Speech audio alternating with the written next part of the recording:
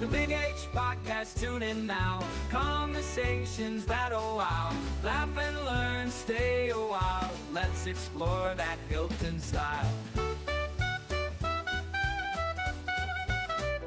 From the highs to the lows, every story just explodes. Mike's got questions on the go, diving deep from head to toe.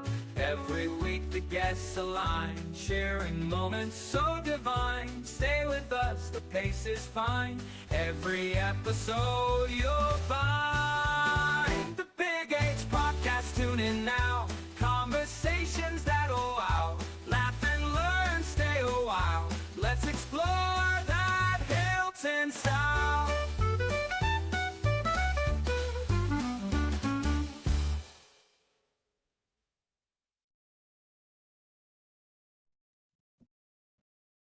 Welcome to the Big H Podcast, and I'm welcoming retired Lieutenant Colonel Jason Gentile to the podcast. Jason, it is truly an honor to be bringing you to the people of Hilton and then some. Thank you for joining me.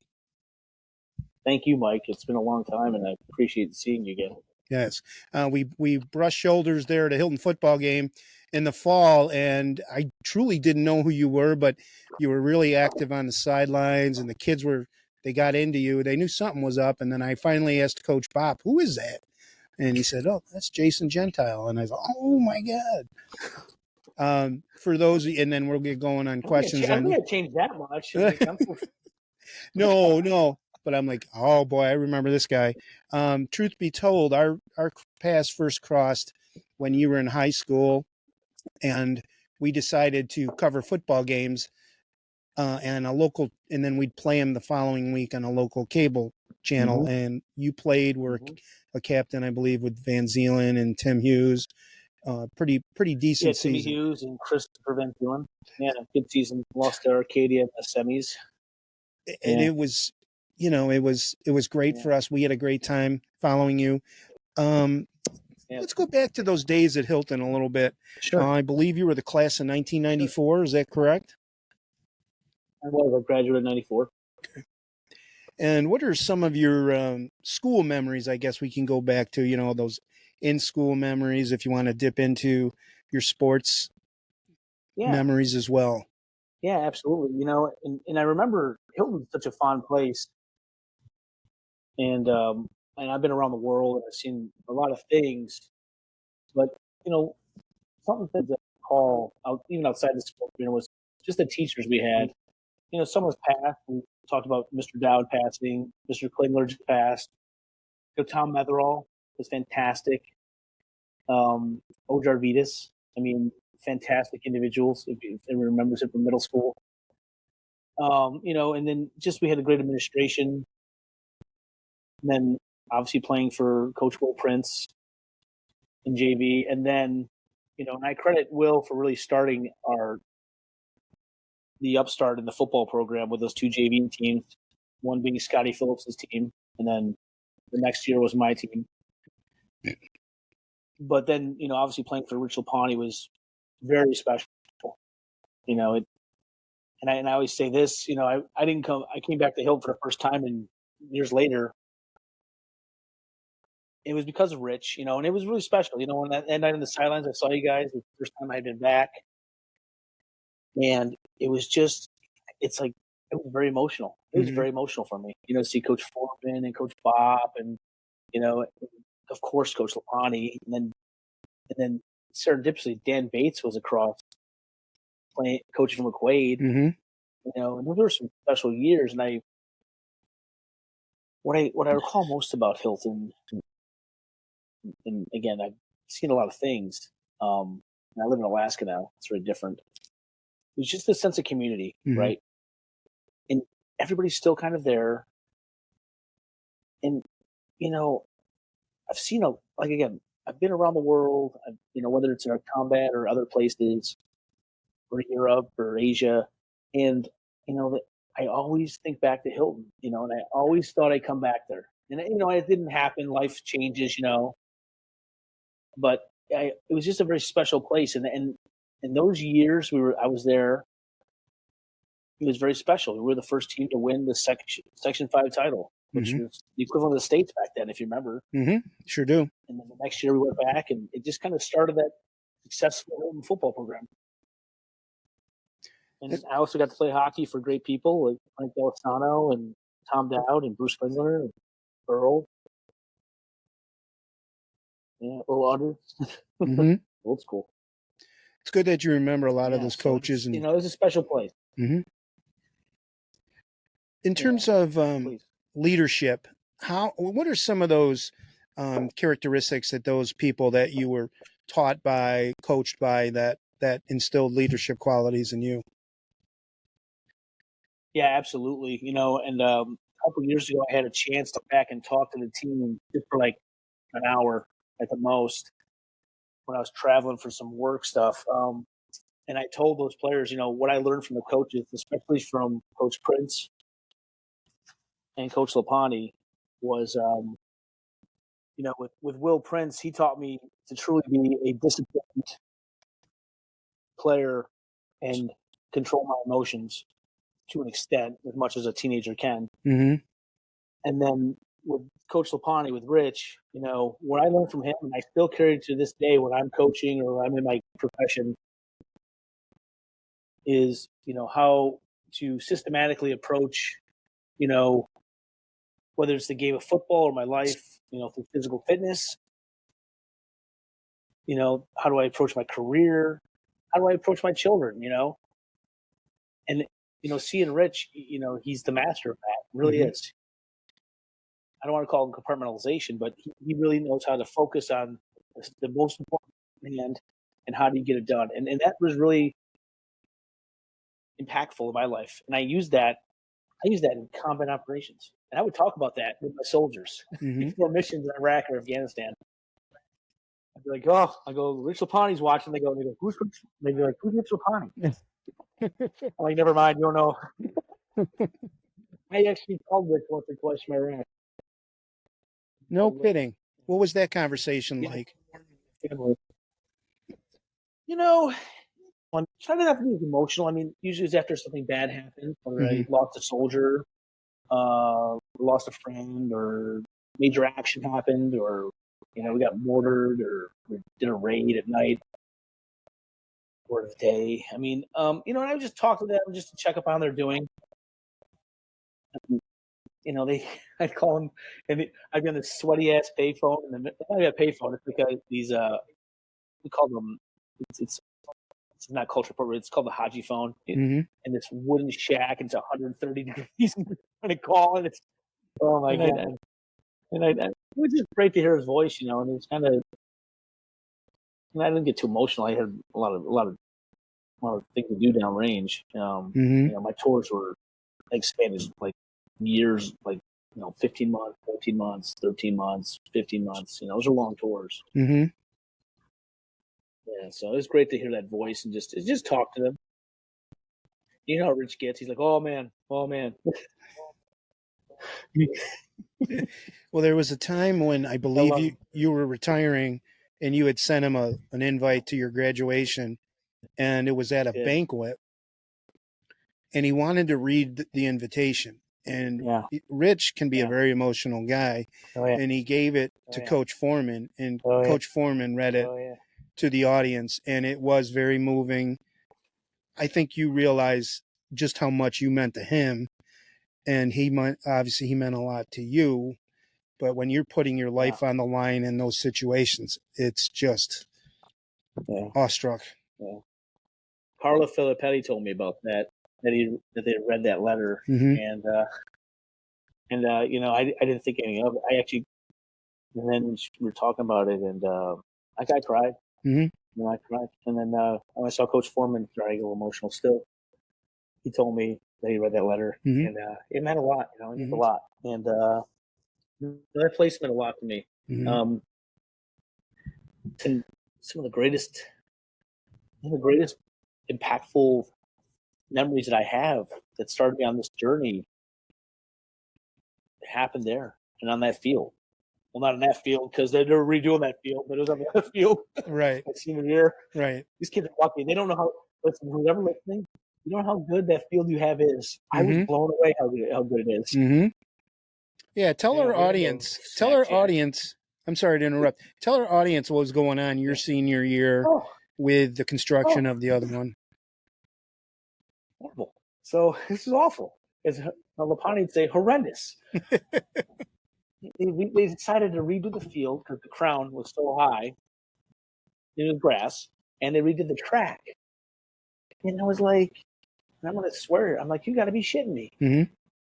We just came off the championship season, and they're gonna do this shit. Mm-hmm. Mm-hmm. But in true Hilton fashion, Western New York fashion, we kind of we got to do what you got to do, and you play where you play. Right. It doesn't matter. We played on the JV field. I don't even know if that's the JV field anymore. It's actually a softball diamond now, but yeah, go ahead. Yeah, it was crazy. Like they had the bleachers, and we'd still get a couple thousand people, as you recall. Mm-hmm. But it just, it's one of those things. And if there's players listening or people listening, it doesn't matter where you play, Right. as long as you play, and you better show up and you better play. It does not matter. You can play in a gravel pit. You better go and do that. And I learned those things out there. Now, you were on the sectional title the season before then? I scored a touchdown in that game. Tell the audience a little bit about that sectional winning season. Yeah, it was pretty amazing, honestly. For me personally, I didn't start. I was only playing special teams, Mm-hmm.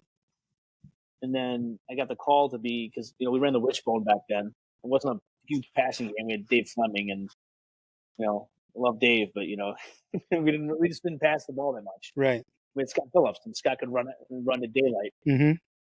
Best high school running back I ever played with. Mm-hmm. And so I got the call about game 3 in Batavia. And I got to be blocking back for Scotty. And I started to carry the ball. I'd only carry the ball like I was a junior, and this is the lesson the kid's not playing a lot.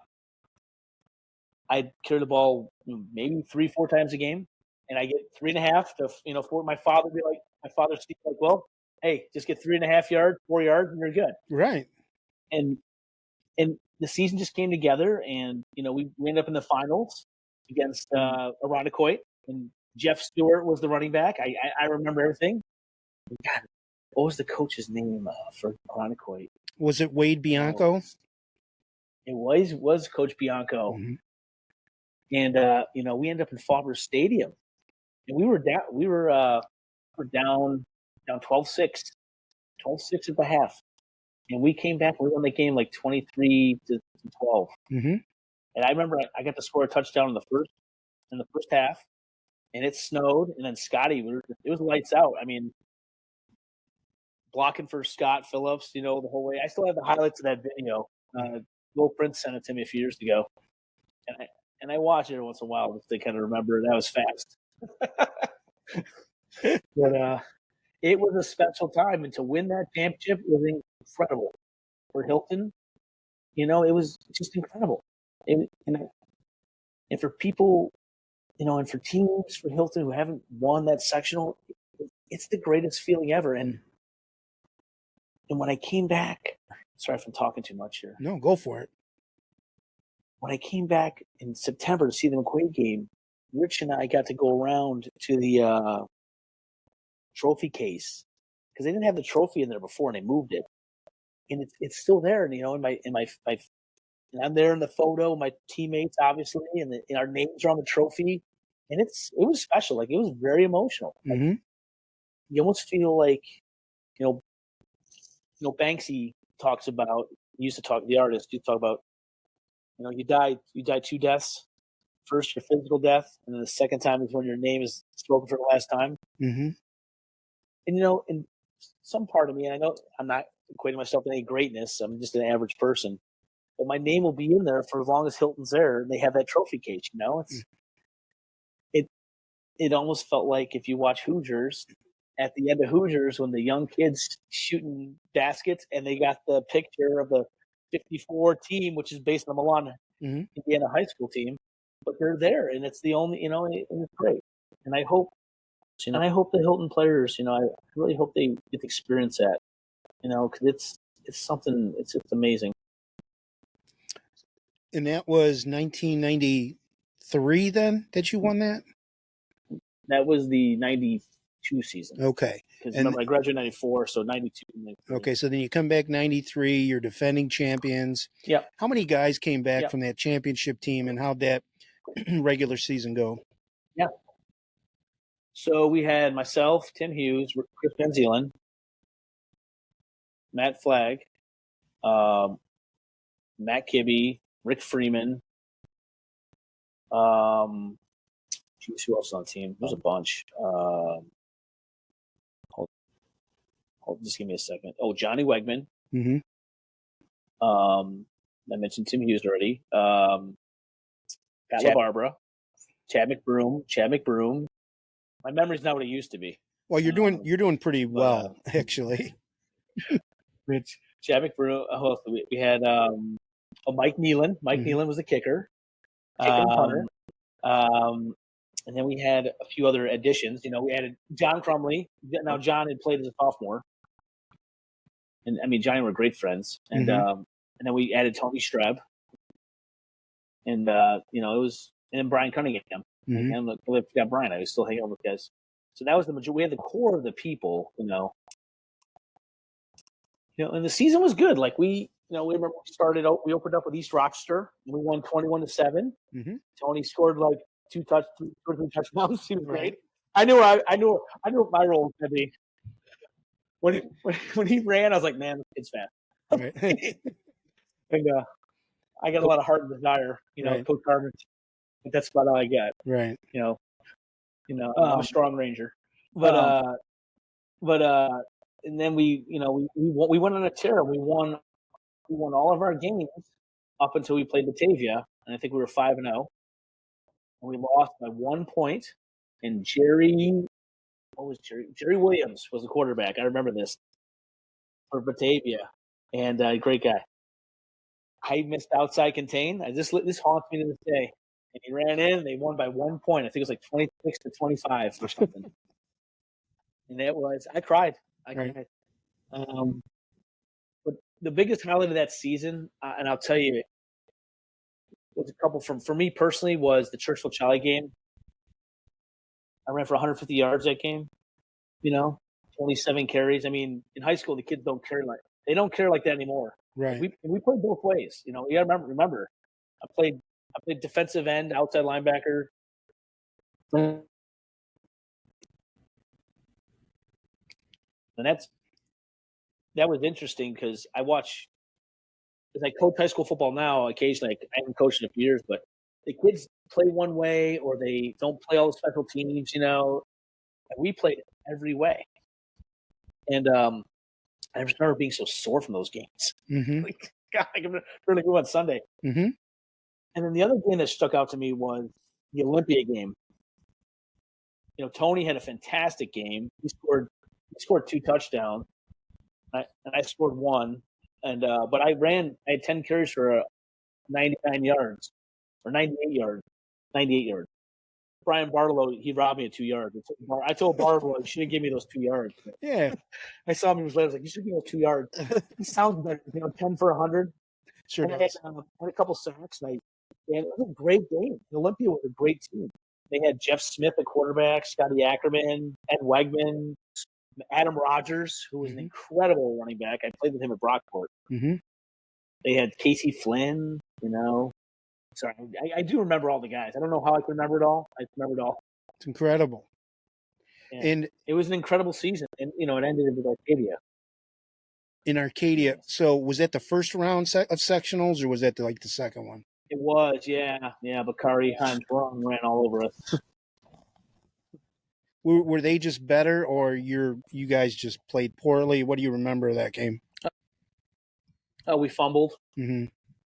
And as you can learn from the Ravens-Bills game, if you fumble, if you turn the ball over, you're not going to win. But if you turn the ball over, you're not going to win. And you'll take away your chances. And that's not a knock on the Bills, because I want the Bills to win. Me too. I want it more than anything. So yeah, no, it was one season. It was one of those games, it just and then you're out of time, and then it's over. And as I tell players, I said, you're going to want that time back because you don't get to play again, especially football. You can't just go out and play backyard football because you'll kill yourself. Mm-hmm. You can, but yeah. So, any all league, any all county awards that you won? Yeah, I was first team all county. I made the AGR and I made the Eddie Meath game. And the most coveted award you won your senior. Special. Can you tell the audience? I did. I won the. Thank you. I was the first recipient. Do they still do that award? No, but you were the only one, the first and the only of the polio string cheese player of the game.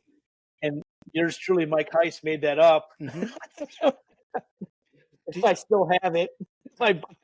I'm glad because, it was actually not just the player. You got the player of the game, but you also got the polio string cheese player of the year award. So I did. Okay. And I'll tell you one thing that stood out for me that season. And I remember this clearly. In 1989, I watched Hilton play. They had a good team. That's Rich's first year, and he had tackle who was amazing. I forgot the kid's name. Tackle who was amazing. I forgot the kid's name. Was it Kevin Rule? Something. Was it Kevin Rule? He was incredible. Mm-hmm. Kevin Rule. And the running back was Scott Puckett. Mm-hmm. Scotty Puckett. And I was in the Army, ironically. But my dad took me to the Eddie Meath game at Falvern, and I saw Scott Puckett and Kevin Rule, his first Hilton players, because Hilton, I ever saw play like in an All-Star game. And I switched me out. My dad, I want to be like that. I want to be like that as a senior. And, it all kind of came together for me. And it was a great time. And I credit Coach Lapani for that, and all the other coaches. What about hockey? And lifting weights. If any players are listening, lift weights. Yeah, go ahead. Talk a little bit about that physical preparation and maybe even a little bit of the mental preparation. Absolutely. So, what I notice now is the kids don't lift as hard. I'm not saying all the kids. We had to live it though. You had to be part of it at all time. For me anyway, to be, I was singly focused on football in school. That's all I had. I didn't date or anything like that at the time. I was like, if it's football, it's school. And lifting weights really helped. We had a core group of guys, like those 7 guys I had mentioned, that went to the gym religiously. And Coach Lapani, I think he still does this. He'd track us, and you could we used to do the lift-a-thon, and it really helps. And I tell guys, it's like putting armor on the chassis because you've got to strengthen your body. I'm 50 years old. I'll be 50 years old this year, and I'm telling you, because of lifting weights when I was in high school and all the stuff, I could still feel fit. Things that I didn't think I could be able to do at this age. Mm-hmm. I'm not done yet, and the mental preparation is just learning that from Coach Lapani, just being quiet, focused. You set everything right, and you just set the tone before you go on the field. You also said that you coach now? I did. I coached for high school. I'm the assistant coordinator. We went to state finals my second year coaching. But my kids were my twins are 22. I have older kids, and I took some time off because my youngest is a big time volleyball player. London. She's actually in Hawaii right now. She just finished up a tournament with her mother. And so she's a freshman. So I want to focus on her. But I did coach there, and I coached at West High School. And up here in Alaska, just so people are aware, we've got some really good players. We have a huge Polynesian community. Hold on one second. Okay. You were saying that you have a big Polynesian community? Yeah, so Brandon Peely, he plays for the Dolphins. He's up here. His sister was the number 8 pick in the WNBA last year, right behind Kevin Clark. Okay. So it's a different style of football up here, but the kids are humongous. It's not as fast as the lower 48, but they do it spread, very athletic. We go to play in Hawaii. You got to fly up to not Bethel, Barrow, Alaska, which is the roof of the world. Okay. It's the roof of the where that blue field is. There's a blue field up there actually for the high school kids, and Okay. so it's interesting. You got to fly over the state because there's no road. But I took that. When I was coaching, I took the toughness I learned from Rich and the organization, and I implemented it to the kids, and it helped us go to the States. I was the defensive coordinator, but also the strength and conditioning coach. I would yell things to the kids, and like the grapes are growing in gates, like you yell things, and they look at me like, "Where's Gates?" I'm like, it's in New York. They go, and they go, "Coach, to New York City." I'm like, no, it's not the same. Now, you said did your son play football for you? No, I would never coach my son. God, no. Okay. He played for the high school. Okay. And his twin sister played volleyball. And Okay. then my baby, London, she's 15, she's 5'7". She's my shining star for volleyball. Which is she in college, right then? No, she's 15. She's a freshman. She's varsity at Chugiak High School. Oh, my bad. So you got twins and then a 15-year-old. And a 15-year-old. Okay. Yeah. Now, you said something interesting, and I'd like to delve into it. Mm-hmm. Oh, I'd never coach my kid. Tell me a little bit about, I don't know, why you feel that way and why it might be a good thing. Yeah, it's a special kind of poison, right, coaching your kid?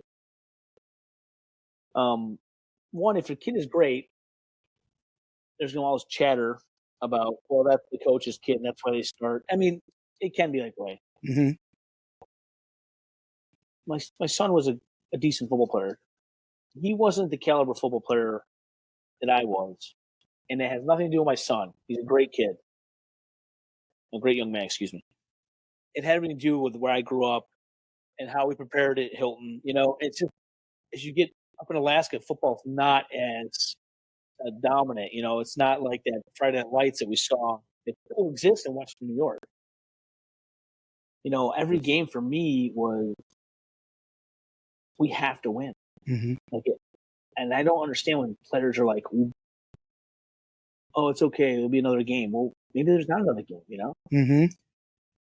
Coming back to the question, though, so I didn't want to really coach my son and put those expectations on him because I know who I am. I can be Colonel Gentile and like, hey, man,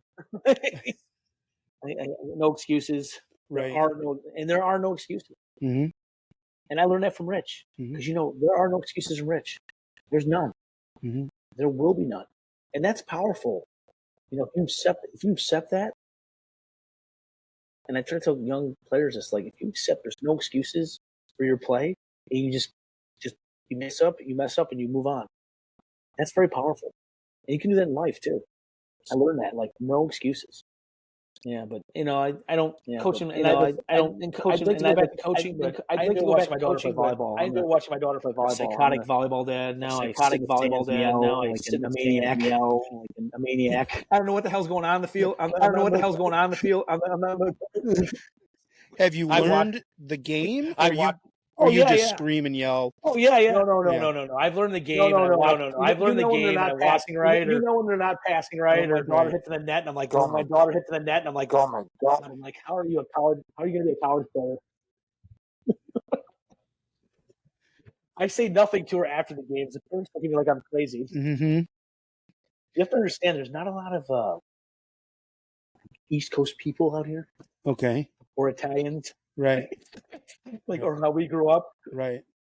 The passion is just different. They're like, oh yeah, this is great, like very egalitarian. Where I'm like, what's going on? Right. Sure, 100%. And I love it. Yeah. No, the pizza here is terrible.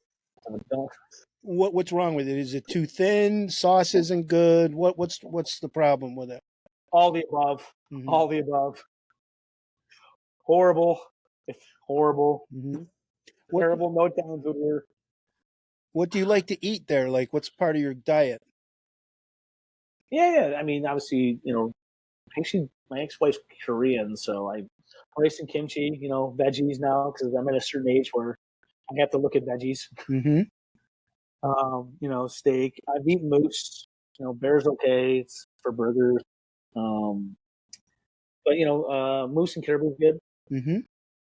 and then just a standard bill of fare. It's not like I live in the remote Alaska. We have a Walmart here, but there's not a lot of people up here. Where you live in Anchorage, Alaska? I'm 15 minutes north of Anchorage. Okay, so Eagle River. Tell me a little bit about the location where you live. Yeah. Well, yeah, up until this year, we've had great winters of, last year we had 11 feet of snow just in Anchorage alone, and in the mountains way more. This year's been a little warmer. I think we're warmer than you guys. You guys are having quite a winter. Right. The mountains are beautiful. It's really stunning here, and that's why I stay, because I hike, I bike the mountains, ski. It's cross country ski, downhill ski. There's ice hockey, so I play in the men's league once in a while. Mm-hmm. Because I did play at Hilton for 4 years. Mm-hmm. Alaska's great. How long? How long have you been in Alaska, and what was made your decision to move there? Yeah, so I got here in 2016 from South Korea. I was healing up from some injuries from downrange I had in Afghanistan.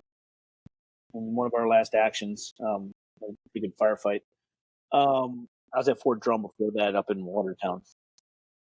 But most of that time I was in Afghanistan, like 3 years of that. But so the Army told me I was moving, right? I made the battalion commander list, which is the top 8% of officers. And I was an infantry officer. And so I came here, commanded. I just, the Army, they see when a job's not, if you're not enjoying it more, you should walk away. And I just wasn't having the type of fulfillment from the military, the Army side of it, anymore. And so I decided just to kind of retire. And my twins were starting high school, and I didn't want to disrupt their high school flow, because they'd moved like 15 times at that point. Wow. And the baby was the baby. She'd moved a few. And so, my ex-wife now, we decided to stay, and I bought a house up here, and she has a house, and it's good. It's different. If anybody from Hilton wants to come up and visit, let me know. You can get my number from Mike, and he'll give it to you. I got it. Yeah. You went to Brockport State, correct? I did. Played for Coach Rocco Salamone. God rest his soul. God rest his soul. And you were a history major. What attracted you to Brockport? Well, they let me play football. Okay. And I wanted to go to Hamilton. Honestly, like Hamilton College out by Colgate in Oneida. I went with my dad. Vito, as Lapani calls my father. And it was great. And they had a golf course on there, and it's a beautiful school. I mean, President of the United States went to Hamilton, but then they showed my dad the cost. It was Division III, and they're not paying for anything. My dad's like, "You can't go here." And I was crushed. I was like, "Man, it really hurt." But so Brockport was local. I decided to do. I got to play college football there, which is not as fun as playing high school football. Mm-hmm. But it was great, and I thought I was gonna be a history teacher. But one day, I was coming from practice. Actually, I ran into Steve Edsel, who's still in the Army. He went to Hilton High School, mate. And Steve's like, "Oh man, there's this great thing called ROTC." I'm like, "What?" He goes, "Yeah." He goes, "I just ran like 5 miles and I puked all over the place. It was great. They're yelling at me, and you love it." I'm like, that sounds like a bad time. So I showed up there like 6 in the morning, and I was still playing college football.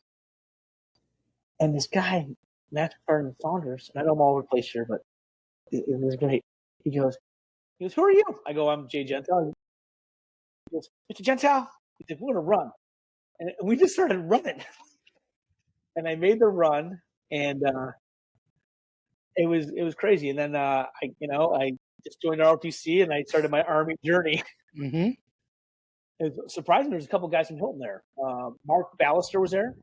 I know who he is. I graduated a year ahead of me. Mark Pacone. Yep. Mark Pacone. and Chris Willis was there. Yep.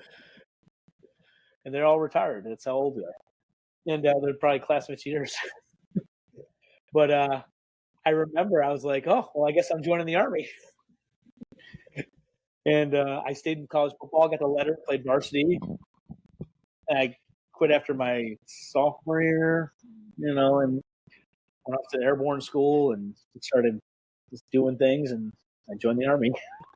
So the ROTC, you had 2 years of it during college then? 4. Four. Okay. I did it during college while playing college football. So I graduated with Mark Pacone and Mark Ballister, and Chris Willis graduated ahead of me. And through the years, I've seen their pictures in the newspapers and things like that. I'm so proud of you guys, actually. That's awesome to have people around. Thanks. With your education for the military, you said you went to airborne school. What was that like? It wasn't bad. It's pretty easy, except for the fact that you got to jump out of a plane. Did that scare you at first? With a parachute. Yeah. Oh, yeah. So you go down to Fort Benning, Georgia, which is now Fort Moore. And I'm 18 years old. 18 or 19, I can't remember. I'm still a cadet. And I get down there. I barely even know how to shine my boots at this point. I've just been in the program, so I learned that. So you go to Fort Benning, and for those of you who haven't been to Columbus, Georgia, it's not the cultural hub that Rochester is. Mm-hmm. First of all, it was June, and it was like 100 degrees. And I'm like, in full uniform, and you're running in boots. And you're like, 1, 2, 3, 4. You're doing all the cadences. And you jump out of the plane at the end of the training. The 3 weeks prior, they're just beating the hell out of you. Mm-hmm. You're in the harness and you're jumping. I'm like, oh my God, sawdust all over you. And I do clearly remember, so we made our bed with the hospital corners, and I didn't want you get to get up and get right for formation, 03, 04 in the morning. So I'd sleep on top of the bed, but they had this clanky AC, and this building was it's like sleeping in the snack shack you guys have at the Hilton football field. Mm-hmm. It's probably a little less than that. Cockroaches everywhere. So I'd sleep on top of it, just with my PT top, my PT top on top of me, freezing my ass off for 3 hours I sleep. Get up and go, and then I remember the first time we were getting ready to jump, and they open the door, and then jump masters, and you're afraid. I'm afraid to jump. I'm like, I could die, because you could die. Mm-hmm. People die in airborne operations up here all the time. Not from thing to think. You get drugged. Your parachute collapses, you fall. But I remember I'm like, you know what? I'm scared, but I'm more afraid of failure. I'm getting out the door. And I learned that from time back in football. I learned that from Rich and them. And it's I the only thing I really fear in this life is failure. But it was interesting. And then a couple years later, I was graduating from college and commissioned, and I went back down to Georgia to start my career as an Army officer. So that was interesting. Is that this Ranger School, which was painful? So that was 4 years of Ranger School. What was that like? No. So Ranger School is only 72 days. Okay. And then I'm Ranger qualified. I wasn't in the Ranger regiment, but I have a Ranger tab. Whatever. But it was. Let me see. What's Ranger School like? Have you ever not eaten for a week and then walked 10 miles a day with 70 pounds on your back? No, not shower? Thank God. Well, if you want to do that, go ahead. That's what it's like. Mm-hmm. I think the biggest thing that somebody told me the Ranger School was is getting kicked in the balls at a semi-medium pace, about 10 times a day. Mm-hmm. It was horrible. Mm-hmm. Sorry for my language. But it was tough. And it's the first thing you do in the military as a young officer or a young enlisted person that puts medium to hard tasks together. And you don't sleep, you don't eat, and you just keep moving. And it teaches you, teaches you about yourself, and what I learned going to ranger school, the human body and the human mind do 10 times more than it thinks it can. And it's true. When you get done, you're just emaciated. Like I remember just I couldn't grow hair back for like a couple months because you're depleted of nutrients, and then you go off to your unit and you start your career. I went off to Korea for 3 years. That's now. Does it really end up being mind over matter? Like your mind takes over during those physical exertions? I mean, to a point, but you better be prepared, right? Mm-hmm. Like anything you want to accomplish. If everything I did up to that point physically led me to being able to complete ranger school. And I say that because it goes back to the kids, and being physically fit as a player. If I hadn't played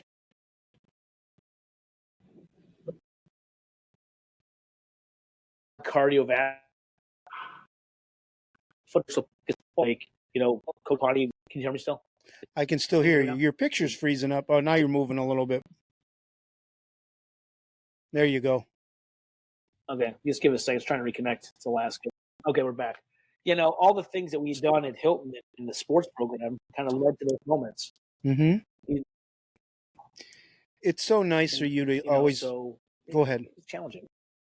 So now you're off to Korea, and I'm going to let you take it from here about your military service, Sure. your traipse around the world, Sure. And your times in combat, things Sure. like that. Sure.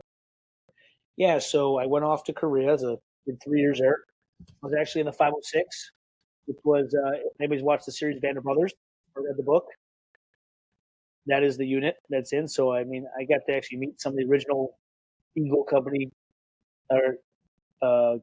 people like Dick Winters and Buck Compton. If you remember that series on HBO, Mm-hmm. It was about World War II. Yeah, I got to meet Buck Compton. No kidding. Wow. Yeah. Only Curry to score a touchdown in the 39 Rose Bowl. Buck S. Compton. Dude still was like neck in like 80s. Mm-hmm. But yeah, so I was in Korea. I was up on the DMZ, the demilitarized zone for 3 years. And it was tough. It was you're away from family for 3 years. I hadn't met my wife yet.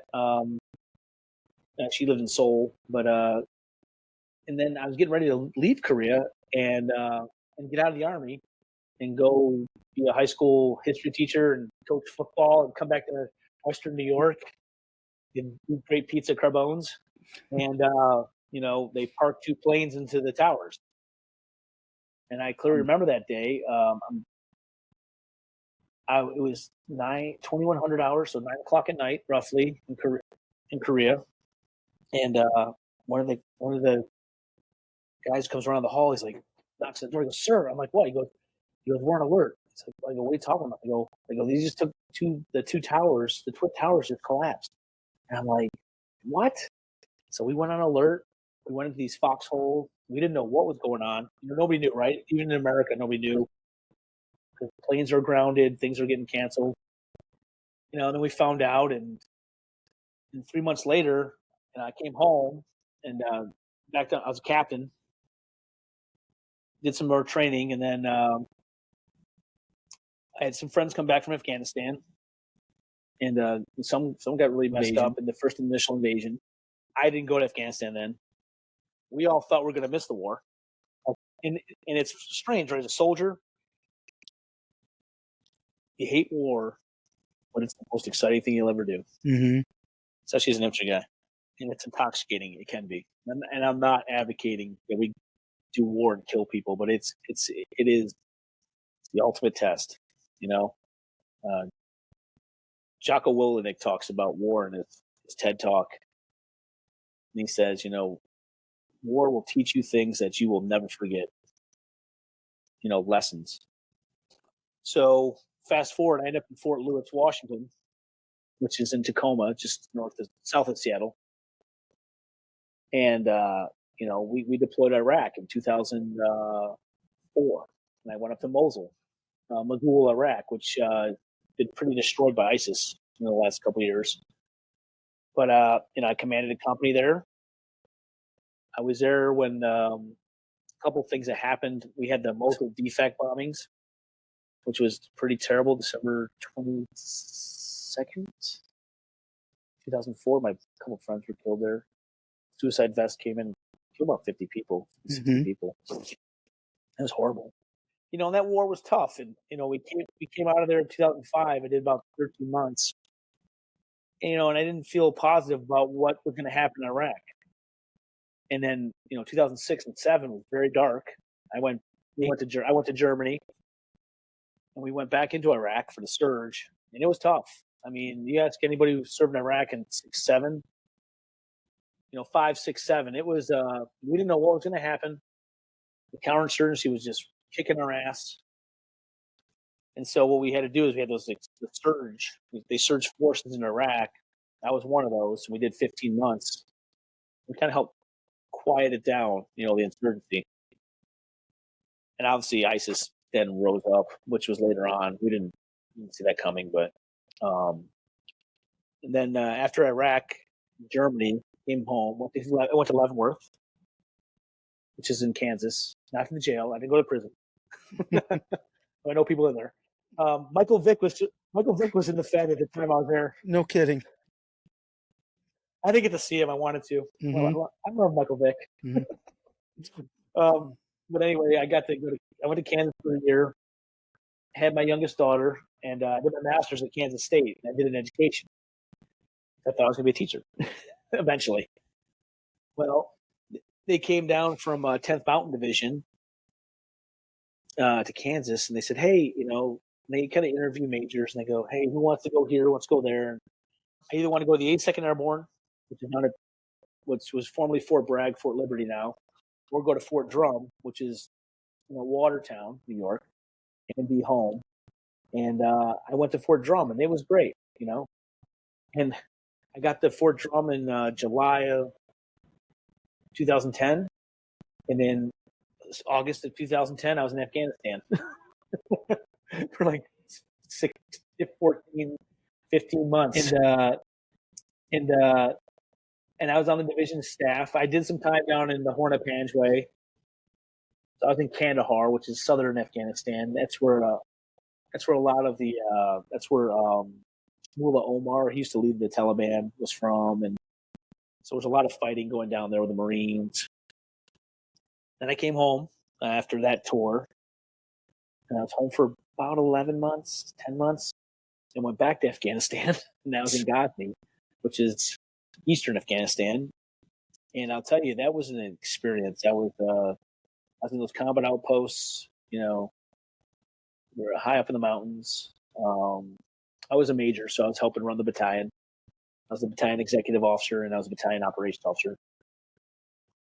It was relatively quiet that year.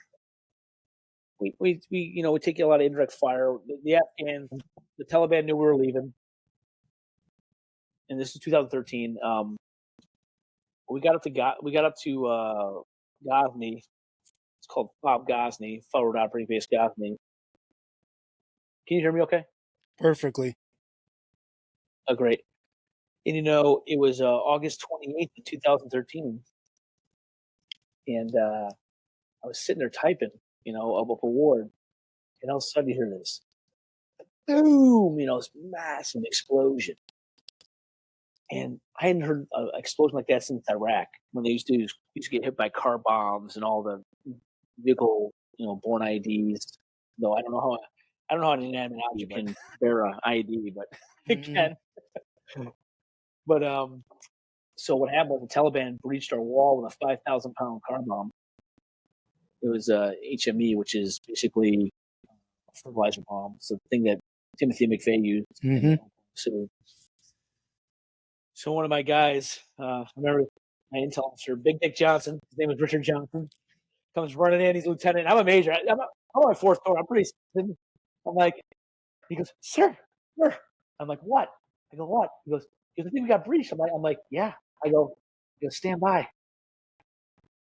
All of a sudden you hear just, small arms fire, recruitment rifle, RPG, and the Taliban is coming over the wall, right? I'm like, and I turned to Big Dick and I said this. I got this from We Were Soldiers once. I mean, I'm not making this up. And I always wanted to say this. I go, Big Dick. I always want to say this. I go, gentlemen, arm yourselves. I was like, Mm-hmm. I go, no, seriously, arm yourselves. Like, go up the wall, start shooting people Mm-hmm. because we're gonna need this. Mm-hmm. And it was rough, man. I don't mean to laugh about it. Sorry, I'm like, it was serious. And so we were fighting through all that, and another car bomb hit. And then we had suicide bombers, guys in vests who self-detonate themselves. And it's not the first time I've seen suicide bombers, but they came through. And I'll tell you, as we found that out after, one of our guys, Staff Sergeant Mike Oliver, he's 24. He's from Staten Island. Went to New Dorp High School. Staten Island Ferry is named after him. Mike sacrificed his life to save us that day. And I always tell that story. You can look him up. He ran to the breach, and we were going home. One thing, we were going home that night. I was sending guys home to Bagram, out to Kyrgyzstan, to Manis, to go back to Fort Drum. So we were sending flights home that night. We got hit. So it was the last day we were in combat.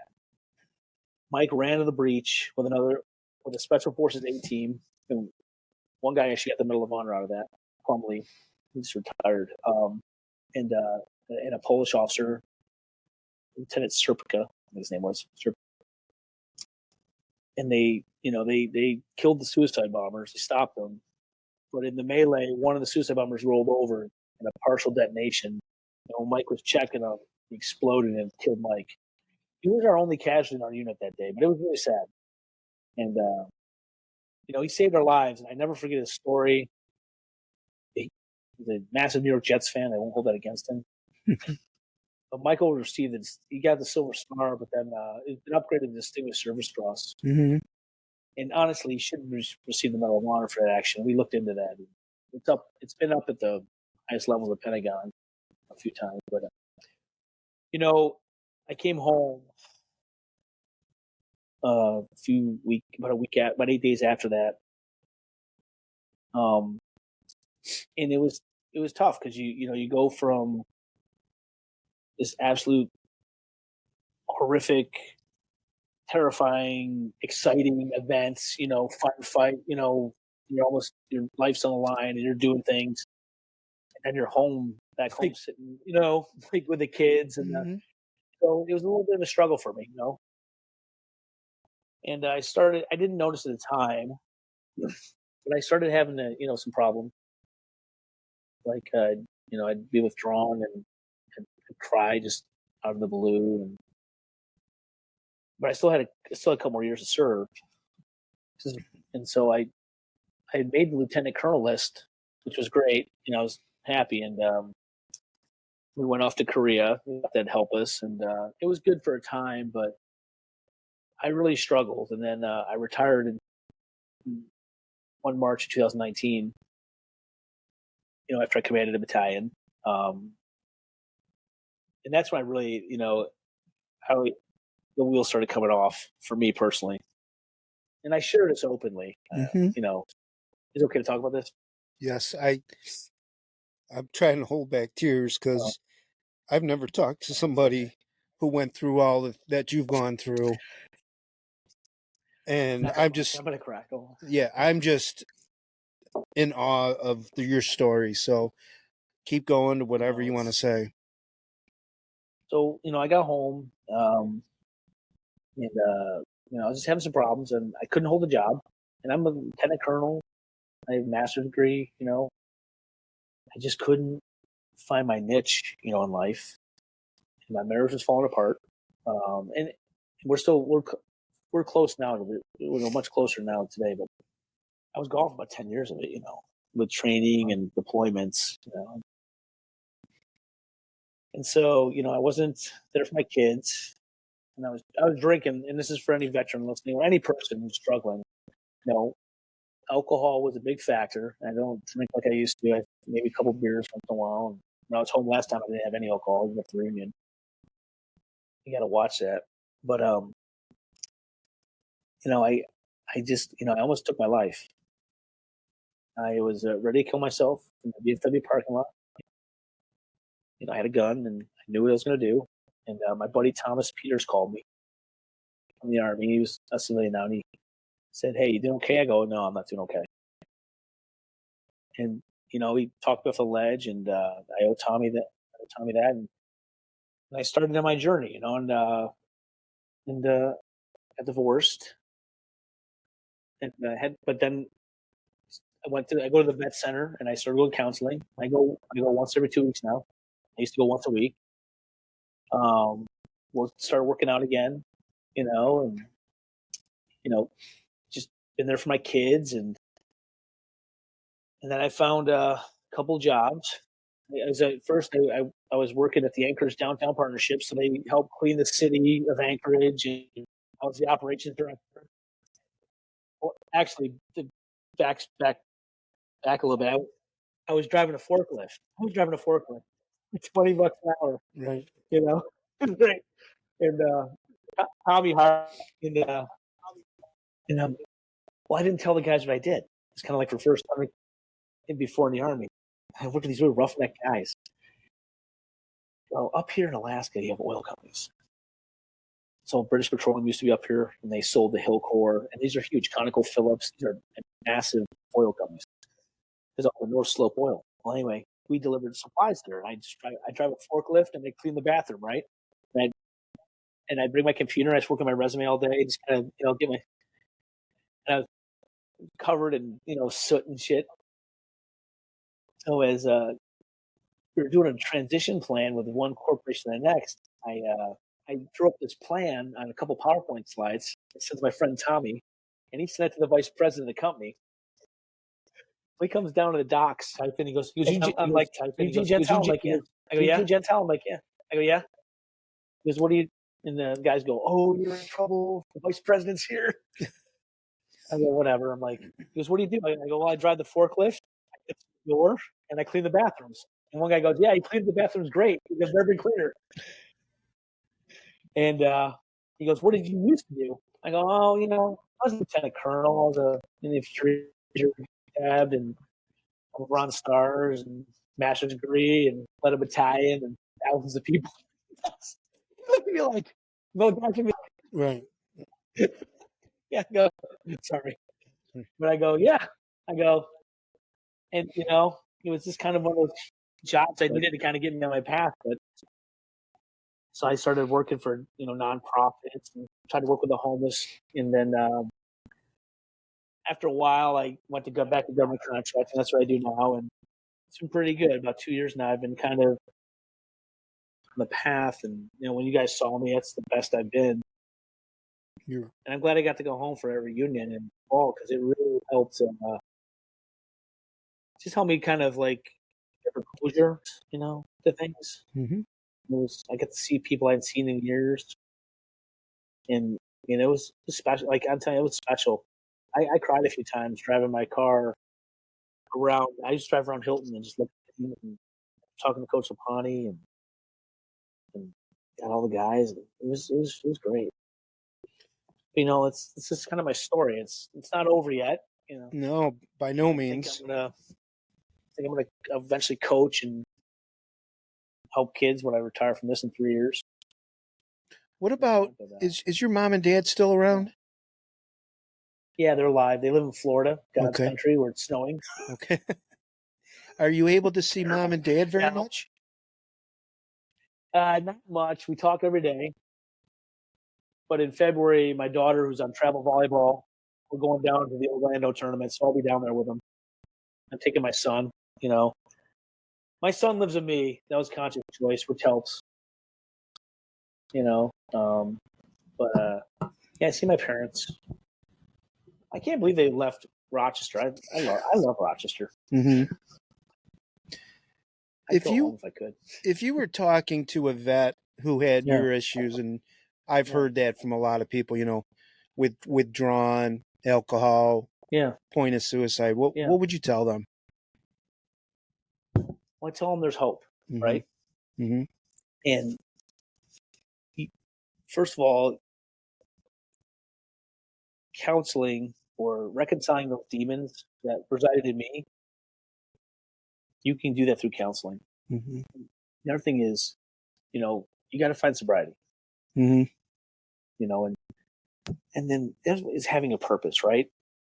And I run into veterans too, like who they're struggling, and well, find a purpose, whether it's volunteering or work. It doesn't have to be those things, but something that gets you up every day and out of the house and engaged. And also, the thing that helped me is I made a plan for myself, a 5-year plan, and I drew it out, I have it on a PowerPoint slide, and I got it from listening to. You remember Jim Valvano's speech that he gave the ESPYs many, many years ago? Sure do. It's an incredible speech, right? Mm-hmm. He was dying of cancer. Mm-hmm. He said, you got to know where you're at to know where you want to be or where you're going. Mm-hmm. And I tell you, that helped me more than anything. Because I always knew where I was going to go, right? Even in high school, you kind of know, well, I'm going to go here, I'm going to do some sports, and I'm going to graduate. College, I'm going to be here, I'm going to do this, I'm going to graduate. In the Army, I knew I'm going to do this. I'm going to make these schools, make these ranks. After I leave that structure, I was a very highly structured person. When I think about it, you can't lose those. Your peripheral becomes wider. And so I just had to get that, back. And the other thing I tell people who are struggling, whether it's a veteran or not, is, and I just had a friend go through this. His daughter took her life a few weeks ago. It was horrible. We served in Afghanistan together. But there's hope, and there's always hope. And I know that briefs well, especially when people are so dark that they can't see, the hope that's there. But there is always hope. Mm-hmm. Whether it's God or law, whatever you believe. I mean, I believe in God. I'm Catholic still, but I still, I respect it all. I did more Ramadan. I think I've done Ramadan more times than most Muslims. Mm-hmm. Bismillah ala Rakim. Right. I speak a little Arabic and Korean, so still. But yeah, so there is hope out there, and you just got to find your path. There's a lot of resources. There is a lot of resources for people, veterans especially. How did you ever feel fear in combat? Yes. And how did you overcome it? There was one time. Yeah. And I'll give you the example. It's 2007, May timeframe, I think. We're up in Diyala River Valley, which is about 42 kilometers, 35 miles north of Baghdad. And I've been there a while now. This is my second tour in combat. Well, we were clearing these villages, and I still remember their names. Said Mulaid, Said Mustafar, and Naqib. These 3 villages it's called the Diyala River Valley. Beautiful river, green belt in the middle of Iraq. And Iraq's very lush and green. You have the Tigris and Euphrates rivers. It's beautiful there. The food is so good. I'd go back for the food, I swear to God. Mm-hmm. I lived with the Iraqi. Mm-hmm.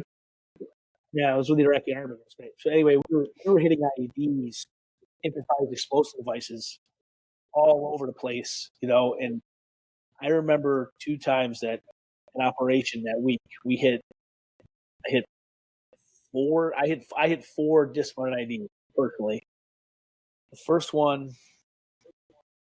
this Iraqi soldier, well, he was a stopwatch. They call it South Iraq, but they're helping us. We came down to a bed down location, and there was a 60 millimeter mortar shell the size of just a little bigger than a coffee cup. And I was like, nobody touch anything. Like, don't touch. It was just like me, one of my other guys, Scotty Freeman. I had my other team over here. I was leading a small team at the time. And this guy picked it up, and it had an anti-tampering device on it. And man, I didn't. Luckily, thank God, because I was like from here, about 10 feet away. I turned to talk to Scott, and I had my glasses off because I was so hot. And I just put my helmet back on. Thank God. Crack! I mean, that thing exploded and killed like 5 dudes, like just cut into pieces. And it's like, I'm like, holy shit! And I get knocked out, and I'm laying like this. I look at Scotty, and I wake up. I don't mean to laugh. Mm-hmm. And I'm like, holy I'm like, I go, there's 4 of us. And I'm the guys, and I go, oh my God. I go, you're hit? He goes, no, sir, you're hit. I'm like, no, I'm not hit. And the dude was just like in pieces, you know? So that happened. And then a few hours, no, the next day, we were walking the same villages after we had cleared them. And I had an American captain. I cannot remember his last name. He was new. He wasn't in my unit, but he was with a. He had another small team. I was showing him where stuff was at because they're going to take over. And he stepped on an IED. And it like the moves. It blew him in the air. He lived, but we I picked him up. No, my Matt Natalino picked him up. Sorry, I ran through the IEDs, got a vehicle, and we had a Casavac come out and route. It was terrible.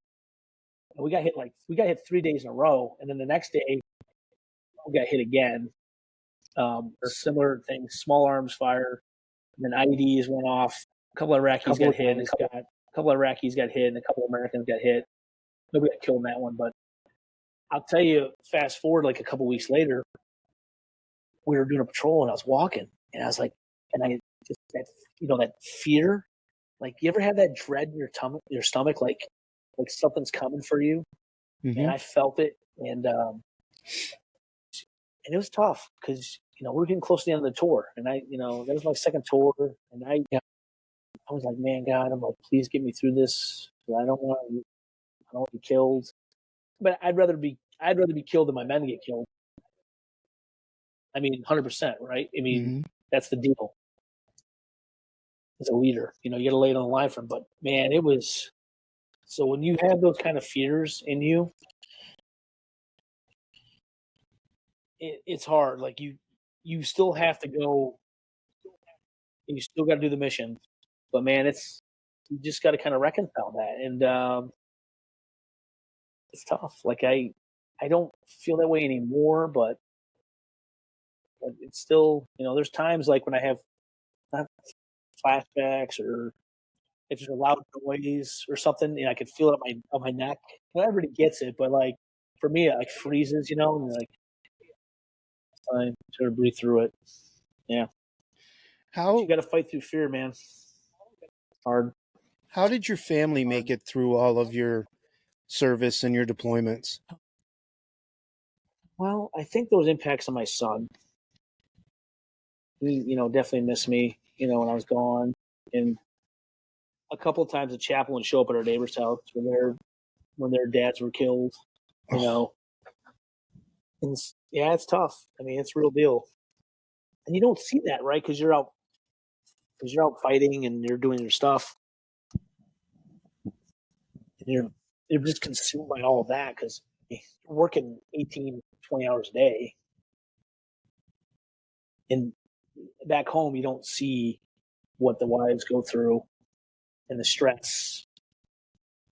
And so I think there's impacts. There's definitely impacts when I came home. I can't speak for every service member. Obviously, this is just my story, so it's anecdotal. Mm-hmm. But for me, much like football in the Army, I had to singularly focus on it to be successful. Because the Army is a tough mistress. She demands all of your time. And it's serious business. Not just in war, but training, all the things, and you're responsible for all these people. And you have to make sure they're taken care of. And I hate this, and I tell young officers this all the time. Sometimes the Army is going to win, probably a hard 70, and sometimes your family's going to win. And that's the balance, which is not much of a balance. I'm not discouraging people from serving. I love serving. I loved it. But for me, I had to do it that way. And my family suffered, especially when I came home. Because, mom's running everything. Dad comes home, it's like, well, hey, what's up? Would you have ever done anything differently? Ooh. In the Army or life? Well, knowing what you've known, what you've been through, what you've described to me over the last hour or so, would you have ever changed your life and maybe gone an easier path? No. And I'll tell you, and this is not to be insulting to people, but I feel sorry for people who haven't had to experience the closeness and the camaraderie, fear, and the excitement of what I saw overseas. You know, especially during the war. And that was a long war. That war went from 2001 to 2001. 20 when we left Afghanistan. I mean, we were still in Iraq. Mm-hmm. We're still in Afghanistan to an extent. Can't talk about that, but no, I miss every day of it. Sebastian Younger talks about this. If you ever read any of his books, he wrote the book War. He wrote the Perfect Storm. He has a TED talk about it. He says he asked the soldiers, like, I miss everything about it because everything is just so, like, everything's important, right? Mm-hmm. I mean, I don't mean to be unempathetic to people, but there's some mundane bullshit that happens in civilian society, you know? And I'm like, people watching Airport Line, people are pissed. I'm like, it's okay now, you know? So it gives you great perspective, right? On things, and a global perspective on things. I mean, I got to see things. I got to see where Alexander beat Darius, you know, the Plains of Abraham up in northern Iraq. I've been in Alexander's forts in Afghanistan. Outside of combat, you know, just going to Korea, and I've been to the Philippines, and Europe is fantastic. You know, I've been to Normandy. I've actually gotten to the beach at Omaha, up waist deep to feel what it was like, you know, and to see those things, you know, and it's great. And it's hard to replicate that on this side of the aisle after I'm out of the military. But I will tell you this, you know. Go ahead. Oh, go ahead. No, please do. Please go. Keep talking. Playing football, coaching football, being around football, and I thought about this a lot, especially the last 2 years, especially this season watching the Bills. It's about as close to that camaraderie as I ever had. You know, like when I go home and see, hey James, can you just give me a second? Thanks, James. When I went home and, you know, or when I talked to Coach Apani or Coach Prince or Rick Freeman or any guy, you just still feel that connection, you know? And that's the connection I still feel to Hilton. You know? And sometimes I laugh about it, sometimes I cry. I love it. Well, Jason, I wouldn't change a thing. The connection I felt learning all about you, more about your military service. I've really enjoyed this podcast, and I think people are going to get a lot out of it. You're a testament to strength, to courage, to honesty, family, and love of country, love of community, love of brotherhood. Thank you. You're retired Lieutenant Colonel Jason Gentile. Thank you for your service to your country, and thank you for joining me on the Big H podcast. You have done yourself, family, and Hilton proud. Thank you. Please enjoy retirement, private life. Don't leave the podcast because we've got to do some talking. I thank my audience for joining us. You can catch me on X at Michael Heiss 17 or on YouTube at the Big H Podcast or on Spotify at the Big H Podcast. Lieutenant Colonel, you're one hell of a dude. And Hilton is better, and I'm better for knowing you. Thank you for joining me. Thank you so much. Stay safe and stay warm. The Big H Podcast, tune in now. Conversations that'll wow. Laugh and learn, stay a while. Let's explore that Hilton style. From the highs to the lows, every story just explodes. Mike's got questions on the go, diving deep from head to toe. Every week the guests align, sharing moments so divine. Stay with us, the pace is fine. Every episode you'll find. The Big H Podcast, tune in now. Conversations that'll